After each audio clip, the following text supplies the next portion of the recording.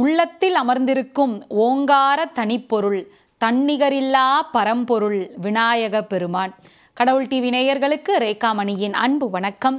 இன்றைய தினம் உடுமலைப்பேட்டையில் எழுந்தருளி இருக்கின்ற பிரசன்ன விநாயகரை தரிசிக்க இருக்கிறோம். பொதுவாக விநாயக பெருமானுக்கு கணபதி என்றும் ஒரு பெயர் உண்டு. கா என்றால் ஞான நெறியை நமக்கு தருபவன், நா என்றால் மோட்சத்தை வழங்குபவன், பதி என்றால் ஞான நெறியில் நம்மை திகழ வைத்து பரம்பொருளினுடைய பாதத்தை அடைய வைப்பவன்.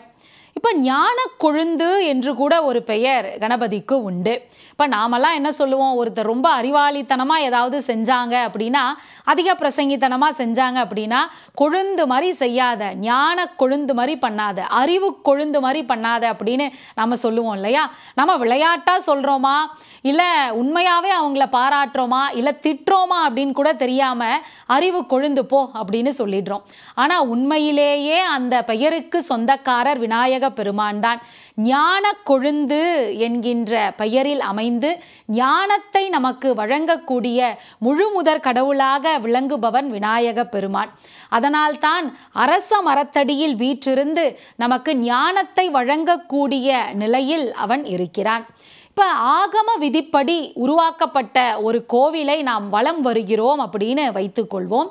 இப்போ கோவிலினுடைய கருவறையிலிருந்து தொடங்கி ஒவ்வொரு சந்நிதியாக சென்று வழிபட்டு விட்டு கொடிமரத்தை வணங்கி விட்டு நிறைவில் நம்முடைய அந்த வழிபாட்டை நிறைவு செய்கிற அந்த சூழலை நாம் உற்று பார்த்தால் ஓம் என்கின்ற பிரணவ மந்திரத்தை நிறைவு செய்த ஒரு சூழலை நம்மால் கண்டடைய இயலும். இப்படி நாம் அந்த வெளிப்புற பிரகாரத்தை வலம் வருகின்ற அந்த நிலைக்கு ஓங்கார பிரகாரம் அப்படின்னு பெயர். அந்த வலம் வருகின்ற வழிபாட்டு முறைக்கு ஓங்கார பிரதிட்சணம் அப்படின்னு பெயர். ஓம் என்கின்ற பிரணவ மந்திரத்தை நிறைவு செய்யக்கூடிய வழிபாடாக ஒவ்வொரு திருக்கோவிலிலும் நாம் வலம் வருகின்ற சூழலை பார்க்க இயலும். இப்போ கணபதிக்கும் சனீஸ்வரனுக்கும் நெருங்கிய தொடர்பு உண்டு. இருவருக்கும் வன்னி இலை என்பது ரொம்ப பிடித்தமான இலை. இப்போ ஒரு சமயம் ஒரு திருக்கோவிலில் திருப்பணி நடைபெற்றுவிட்டு அவர்களுக்கு வழங்குவதற்கு ஊதியம் இல்லாததால் வன்னி இலையில் பிரசாதத்தை வைத்து மடித்து கொடுத்தார்கள். அதன் பிறகு அதை பிரித்து பார்த்தால் ஒவ்வொருவருக்கும் எவ்வளவு தொகை சென்று சேர வேண்டுமோ அந்த பொற்காசுகள் அந்த வன்னி இலையில் இருந்ததாக குறிப்பிடுவர். அப்படி அந்த வன்னி இலையானது விநாயக பெருமானுக்கு ரொம்ப விசேஷமான இலை. அந்த இலையை கொண்டு நாம் அர்ச்சனை செய்கின்ற பொழுது நமக்கு வாழ்நாள் முழுக்க மகிழ்ச்சியானது நிலைக்கும். இப்போ இந்த பிரசன்ன விநாயகர் உடுமலைப்பேட்டையில் எழுந்தருளி இருக்கிறார். உடுமலைப்பேட்டை என்கின்ற இந்த பெயரானது முதலில் உடுமலை என்கின்ற பெயரில் அழைக்கப்பட்டது. இந்த மலைப்பகுதியில் உடும்பு நிறைய காணப்பட்டதால உடும்பு மலை அப்படிங்கிற பெயர் தான் முதலில் தோன்றியது. அதன் பிறகு உடுமலைப்பேட்டை அப்படின்னு இந்த பகுதியானது அழைக்கப்படுகிறது. அதே போலவே சக்கரகிரி அப்படிங்கிற ஒரு பெயரும் இந்த திருத்தலத்திற்கு உண்டு. இந்த திருத்தலமானது ஒரு வட்டத்தில் அரை வட்டம்னு சொல்லுவோம் இல்லையா, அந்த அரைவட்ட ரீதியில் பாதுகாப்பு அரணாக இந்த தலமானது இருப்பதால் சக்கரகிரி அப்படின்னும் ஒரு பெயர் உண்டு. இந்த திருத்தலத்தை ஆட்சி செய்தவர் திப்பு சுல்தான். இந்த பகுதியில் கோலோச்சி நின்றவர் அவர். இந்த பகுதியே ஒரு அரணாக இருக்கிறது. இந்த பகுதியில் இருக்கின்ற கானகம் மலை எல்லாமே அந்த நாட்டிற்கு ஒரு அரணாக இருந்ததால் பகைவர்கள் எளிதில் புக முடியாத ஒரு தேசமாக இந்த பகுதியானது இருந்தது. அதனால் திப்பு சுல்தானுக்கு எந்த எதிரியும் இல்லாமல் ரொம்ப நிறைவாக சிறப்பாக பெருமையாக இந்த பகுதியை ஆட்சி செய்து வருகிறான். ஒரு சமயம் அவனோட கனவுல விநாயக பெருமான் எழுந்தருளி, உன்னோட திருத்தலத்தை இவ்வளவு நல்லா நான் பார்த்துக்கிறேன் இல்லையா, எனக்கு ஏதாவது நீ காணிக்கை செலுத்த வேண்டாமா அப்படின்னு கேட்க உடனே பதறிப்போன திப்பு சுல்தான் மேற்கு பகுதியில் விநாயக பெருமானுக்கு ஒரு திருக்கோவில் அமைத்து பிரசன்ன விநாயகரை அங்கு பிரதிஷ்டை செய்தான். இந்த திருக்கோயிலில் 6 அடி உயரத்தில் ராஜகம்பீர கோலத்தில் விநாயக பெருமான் வீற்றிருக்கிறார்.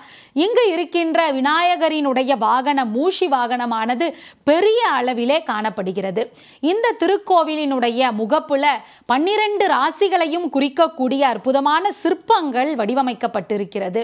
சிற்பக்கலையினுடைய பெருமையை பறைசாற்றும் விதமாக இந்த சிற்பங்கள் அங்கு அமைக்கப்பட்டிருக்கிறது. இந்த திருத்தலத்தில் ஒவ்வொரு கிருத்திகை அன்றும் விநாயக பெருமான் வெள்ளி வாகனத்தில் எழுந்தருளி அருள் பாலிக்கிறார்.